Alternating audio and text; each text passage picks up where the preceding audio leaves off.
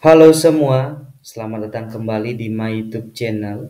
Channel yang akan membahas seputar seleksi CPNS dan kedinasan tahun 2024. Namun sebelum lanjut, bagi teman-teman yang baru menemukan channel ini, jangan lupa untuk klik tombol subscribe dan aktifkan juga notifikasi loncengnya, sehingga ketika ada video terbaru dari kami ada notifikasi yang akan muncul.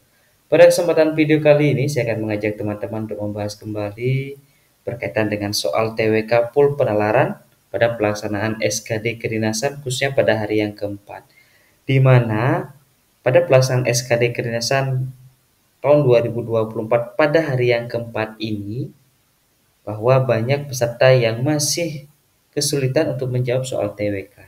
Karena soal TWK itu bersifat penalaran dan tingkat kemiripan antara opsi itu sangat tinggi.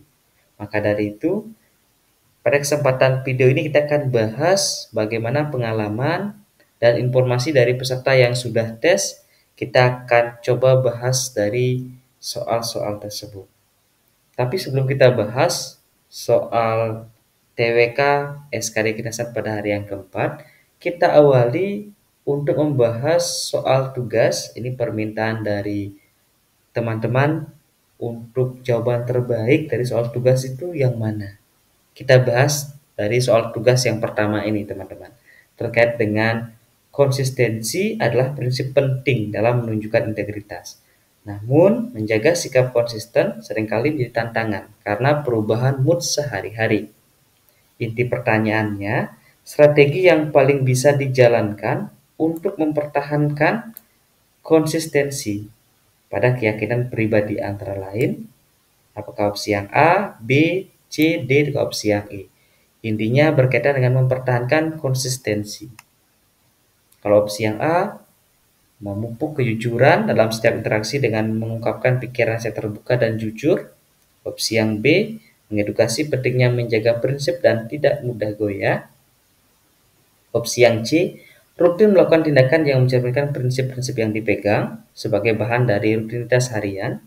Kalau opsi yang D, bertindak bertanggung jawab sehingga dapat dipercaya untuk melaksanakan apa yang telah dijanjikan. Atau opsi yang terakhir, opsi yang E, mengizinkan keadaan berlangsung tanpa intervensi pribadi untuk mencapai perbaikan karakter. Jadi, antara opsi yang ada, kita harus cari kaitannya yang konsistensi. Jadi, dimensi konsistensi merupakan dimensi dari materi integritas. Konsistensi itu erat kaitannya dengan kegiatan yang keberlanjutan harus dipertahankan. Maka, melakukan tindakan yang mencerminkan prinsip-prinsip kita secara rutin, itu akan membantu teman-teman membentuk kebiasaan positif yang mendukung konsistensi. Maka, dari penjelasan clue soal yang pertama, maka opsi yang tepat adalah opsi yang C.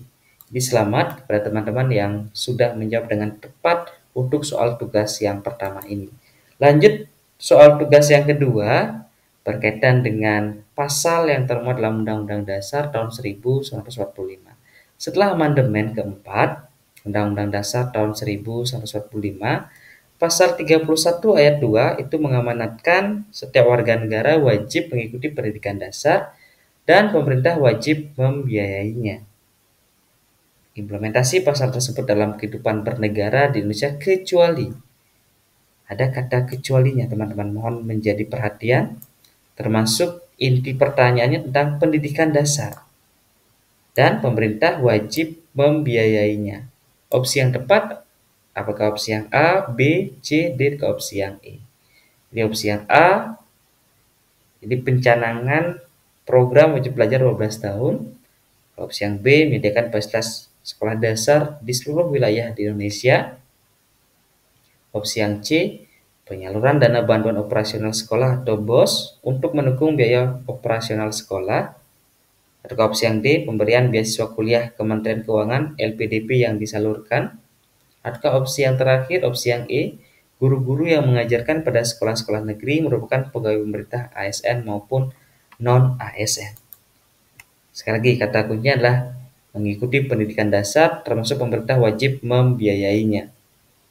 Jadi pasal 31 ayat 2 ini mengharuskan setiap warga negara itu mengikuti pendidikan dasar, baik tingkat SD, SMP, SMA, dan sederajat. Ya, dan pemerintah itu wajib membiayainya. Implementasi ini berkaitan dengan pendidikan dasar, bukan pendidikan tinggi. Oleh karena itu, teman-teman, pemberian beasiswa kuliah oleh Kementerian Keuangan melalui Lembaga Pengelola Dana Pendidikan atau LPDP tidak termasuk dari implementasi pasal ini. Maka kecualinya adalah opsi yang D, teman-teman. Kalau opsi yang E termasuk dari upaya pemerintah membiayai lewat pembiayaan kepada guru-guru yang mengajar di setiap satuan pendidikan atau setiap sekolah. Itu menunjukkan bahwa pemerintah menyediakan tenaga pengajar untuk siswa. Sehingga opsi yang tepat karena ada kecuali opsi yang D. Itu tadi dua soal pembahasan soal tugas yang kami berikan kepada teman-teman untuk menjawab dari soal tugas yang kami berikan pada video kami sebelumnya.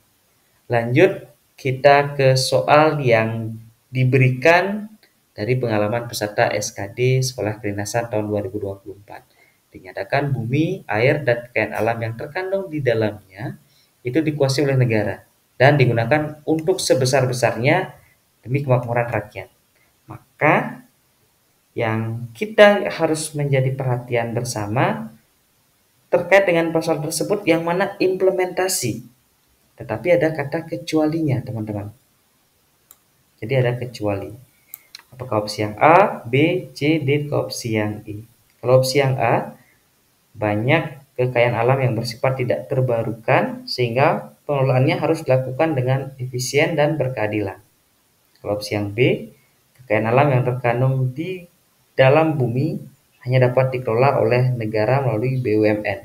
Kalau opsi yang C, teknis pengelolaan kekayaan alam kemudian diatur dalam aturan yang lebih lanjut agar tidak berdampak negatif bagi lingkungan dan masyarakat.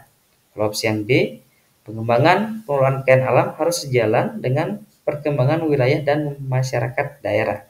Dan opsi yang terakhir, opsi yang E, pengelolaan kekayaan alam yang dilakukan oleh pelaku usaha harus berdasarkan izin dari pemerintah. Ini yang menjadi soal yang sangat sulit bagi peserta menemukan jawaban terbaik. Karena antar opsi itu sangat mirip dan pengecohnya sangat tinggi, teman-teman. Maka kita harus bisa temukan kata kuncinya, di mana pasal 33 itu mengamanatkan untuk kemakmuran rakyat. Tetapi pasal 33 ini tidak mengharuskan bahwa kekayaan alam harus dikelola oleh badan usaha milik negara atau BUMN saja. Di mana pada opsi yang B dinyatakan bahwa hanya dikelola oleh negara melalui BUMN. Sementara BUMN memang berperan penting untuk mengelola kekayaan alam. Juga dalam proses mengelola kekayaan alam itu dapat melibatkan pihak swasta dengan pengawasan dan izin dari pemerintah tentunya, asalkan tetap untuk kemakmuran rakyat. Sekali lagi bukan tunggal, hanya dapat dilakukan oleh BUMN. Maka dari itu opsi yang tepat karena ada pengecohnya kecuali opsi yang B, teman-teman. Lanjut soal berikutnya. Ini juga dari pengalaman peserta yang sudah tes pada hari yang keempat, mendapatkan pasal 34 Undang-Undang Dasar NRI tahun 1945. Itu memberikan penegasan bahwa negara memiliki tanggung jawab untuk memelihara fakir miskin dan anak-anak terlantar. Hal tersebut berarti bahwa negara itu berkewajiban untuk memberikan kesejahteraan sosial bagi fakir miskin dan anak terlantar. Yang menjadi inti pertanyaannya, kenapa pasal tersebut sangat penting, di mana implementasi Pancasila yang sesuai dengan pasal 34 adalah apakah opsi yang A, B, C, D, atau opsi yang E. Kalau opsi yang A itu menghargai masyarakat miskin dan anak terlantar sebagai makhluk Tuhan sesuai sila kedua. Kalau opsi yang B, memberikan jaminan sosial kepada fakir miskin dan anak terlantar sesuai dengan sila kelima. Atau opsi yang C, tidak mengucilkan serta mendiskriminasi fakir miskin dan anak terlantar agar tercapai persatuan sesuai sila ketiga. Atau opsi yang D, membuat kebijakan yang mementingkan fakir miskin dan anak terlantar sesuai dengan sila keempat. Atau opsi yang E, memberikan bantuan sosial fasilitas pendidikan dan layanan kesehatan yang merata sesuai dengan sila ketiga. Wah, ini soal yang sangat sulit teman-teman ya, karena tingkat kemiripannya sangat tinggi. Tapi fokusnya adalah pasal 34. Di mana pasal 34 itu berbunyi keadilan sosial bagi seluruh rakyat Indonesia, yang menekankan pentingnya keadilan sosial dan distribusi kesejahteraan yang merata, teman-teman. Memberikan jaminan sosial kepada fakir miskin dan anak terlantar adalah wujud nyata dari keadilan sosial yang merupakan implementasi dari sila kelima. Maka opsi yang paling tepat, teman-teman, opsi yang B. Lanjut soal berikutnya, soal nomor 5. Era digital merupakan era yang ada saat ini, di mana era digital ini memberikan peluang dan tantangan bagi nasionalisme, termasuk penyebaran propaganda yang dapat memecah belah bangsa melalui disinformasi. Jadi ada kata disinformasi, teman-teman. Tantangan utama nasionalisme dalam era digital adalah apa yang menjadi tantangan utama. Ada kata utama di sini ya. Dalam era digital. Apakah opsi yang A, B, C, D, atau opsi yang E? Kalau opsi yang A, integrasi budaya asing melalui platform digital yang semakin kuat. Atau opsi yang B, kurangnya kesadaran masyarakat akan pentingnya nilai-nilai kebangsaan. Atau opsi yang C, penyebaran informasi yang bias dan disinformasi yang dapat mempengaruhi persepsi publik. Atau opsi yang D, akses tak terbatas terhadap berbagai sumber informasi global yang mempengaruhi identitas nasional. Dan terakhir, opsi yang E, rendahnya efektivitas pengawasan pemerintah dalam menjalankan konten di media sosial. Ini merupakan tantangan dari nasionalisme di era digital. Tapi kita harus cari yang mana yang paling utama. Jadi kita harus mencari opsi yang ada kaitannya dengan disinformasi dan era digital. Maka tantangan utama dalam era digital adalah penyebaran informasi yang bias dan disinformasi. Opsi yang C, teman-teman. Karena di era digital ini informasi dapat disebarluaskan dengan sangat cepat dan luas melalui berbagai platform media sosial dan internet. Disinformasi atau berita palsu yang disengaja dapat digunakan untuk memecah belah bangsa. Ini menimbulkan kebingungan dan menciptakan ketidakpercayaan terhadap institusi nasional, teman-teman. Hal ini dapat mempengaruhi persepsi publik secara negatif terhadap nilai-nilai kebangsaan dan merusak persatuan nasional. Opsi yang C. Baik teman-teman, seperti biasa di akhir video kami siapkan soal tugas untuk teman-teman memberikan jawaban terbaik sebagai bekal latihan sebelum teman-teman terjun langsung ke dalam pelaksanaan SKD Kedinasan dan CPNS per tahun 2024 ini.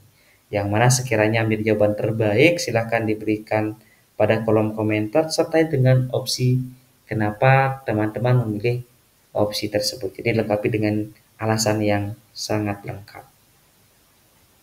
Baik teman-teman, itu tadi pembahasan tugas dan soal FR yang dibagikan oleh peserta SKD Kedinasan tahun 2024 khususnya hari yang keempat. Semoga bisa bermanfaat dan membantu teman-teman untuk meraih poin maksimal pada pelaksanaan SKD Kedinasan dan CPNS nantinya. Baik teman-teman, sampai berjumpa di video kami berikutnya. Tetap semangat latihan soal. Terima kasih.